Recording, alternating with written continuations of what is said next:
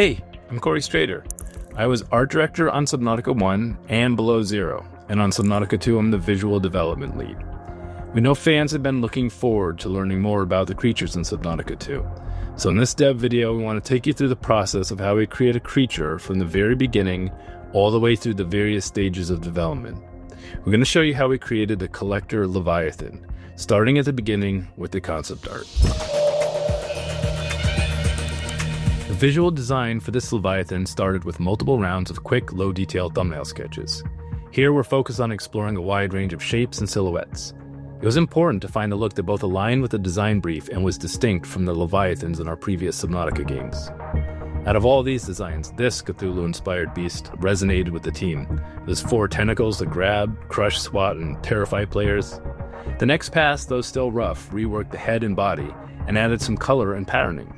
We wanted to move it further from the giant squid look and add an element of surprise to the design, so we explored having the body split open to reveal a glowing internal structure. Further refinements and iterations on various elements followed.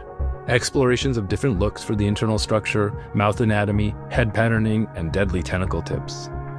Eventually, we ended up with this final concept of the Leviathan and all of its nightmarish glory. As a final note, the concepting doesn't always stop once a creature has entered production. At multiple points after the first pass on the model had been done, and we'd had a chance to see it in game, we did paintovers to improve the head patterns and rework the mouth design. Hope you enjoyed this look at how we concepted the collector Leviathan.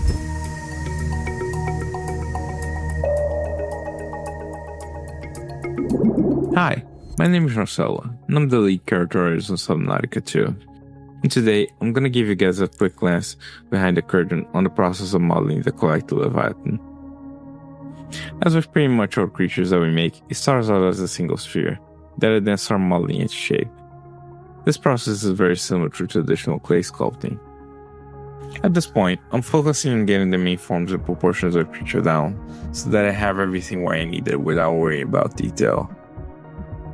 This is by far the most important part of the whole process, where I establish a strong base that I can build upon.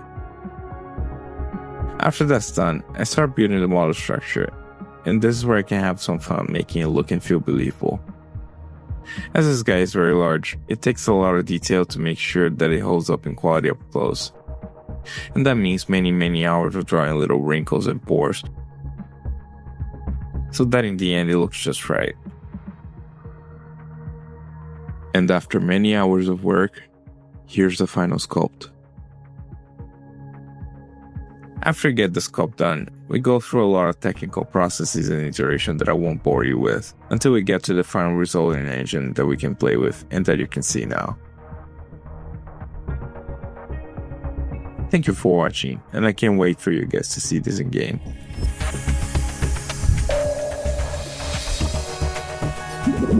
Hey everybody, my name is Colin Knipple. I'm the principal animator on Subnautica 2. I've been with the studio since Natural Selection 2, and I was lead animator on the past 2 Subnautica projects.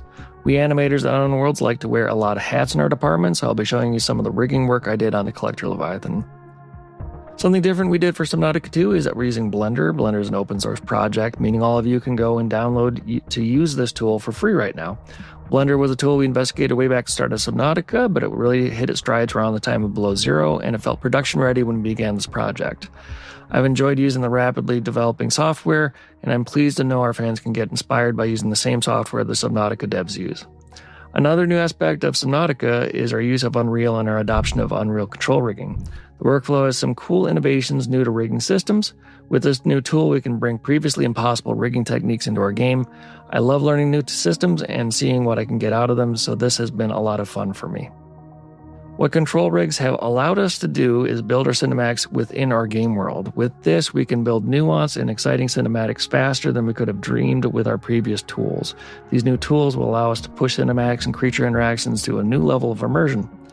The Collector Leviathan has been a labor of love for a while now. I think we have a great team on it, and I hope you all enjoy this new terror when Subnautica 2 comes to early access. Thanks for watching. Hello, my name is Stefan Sorensen, and I am the Senior Technical Animator on Subnautica 2. And in this video, we're going to discuss the tentacle animation tech that I worked on for the Collector Leviathan. So To start off, for its general movement, the tentacles operate within Unreal's physics system. I set up how the tentacles react and simulate within the world with an aim to give a sense of weight and flow within water, and making them feel more grounded and realistic within the world. Now, one of the challenges was to have the player or vehicle interact with the tentacles while they were simulating. So additional animation technologies were leveraged, such as physical animation and control rig. This allowed that to take place. Finally, a custom-built synchronization system for animation for the complex interactions when the tentacle grabs the player or vehicle.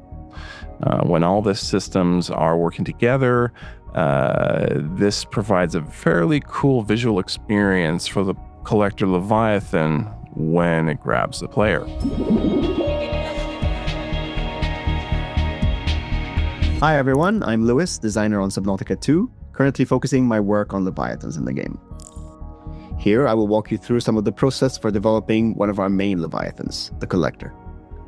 The first step is a design document where ideas are outlined for achieving the desired challenge level and emotional tone. Here, I detailed the sequence for when the collector has grabbed the player and is about to swallow them whole, using storyboards and references to complement the detailed brief. Because of my past experience as an animator, I was also able to jump in and help out with some of the animations on the creatures as well, including this one. This sequence was done directly in Unreal, using its native animation tools. After putting in the main poses and deciding on the overall beats, I can start refining my animation curves, which track the position, rotation, and scale of every part of the rig. After days of fine-tuning, incorporating feedback, and the occasional raging at my screen, I handed off the finished file to be incorporated into the game. Of course, animation is only part of it. Visual effects, sound effects, simulations, these are all layered by other team members to enhance the moment. On the implementation side, we used lots of built-in Unreal tools such as the behavior tree. However, our engineers also provide custom-made tools based on design needs, providing extensive control over every element of the behavior. From general conditions under which the creature appears, to its speed and weight, to its moment-to-moment decision-making, based on the environment as well as the player's actions, every aspect is accounted for. As you can see here, it's spotted the player from afar, and now that it's close enough, well, dinner time. It's always so satisfying to see all the elements come together after months of hard work alongside talented colleagues. And the Leviathans make this extra special. I really can't wait for everyone to experience the end result. Hi, I'm Lauren Nadal. I'm a VFX artist on Subnautica 2. Here you can see me prototyping the Leviathan's mood feature using shaders in Unreal Engine 5. VFX has to translate the gameplay into visual cues for the player, but also it needs to sell the idea that this is an alien creature, not just a gameplay element. Let's take a look at its exhaust vents. Different layers of a particle system create this effect. We ask questions like, is this emitting energy? Does it need more bubbles? We start from a simple base and then we continue to iterate until the final product you will get to see in the game. Thank you for watching and see you soon. Hi, I am Antonio, AI gameplay lead in Subnautica 2. Today, I want to show you how we create creature behaviors. We use what we call classic AI. Here, you can see Unreal Engine behavior trees. In this demo, I want to distract the Leviathan with flares. To achieve that, I will be using our stimulus system. As you can see, it's pretty easy to add nodes, conditions, and connect them like a flowchart. Once the game is running, the creature will follow this blueprint to decide what to do. And there it goes. The Leviathan is now chasing the flare instead of me. Pretty cool. Our main goal with creatures was to make them feel reactive. We have improved the hero trees to use dual utility reasoning. So the creature is constantly reevaluating the situation in real time. Of course, it is difficult to process all this information.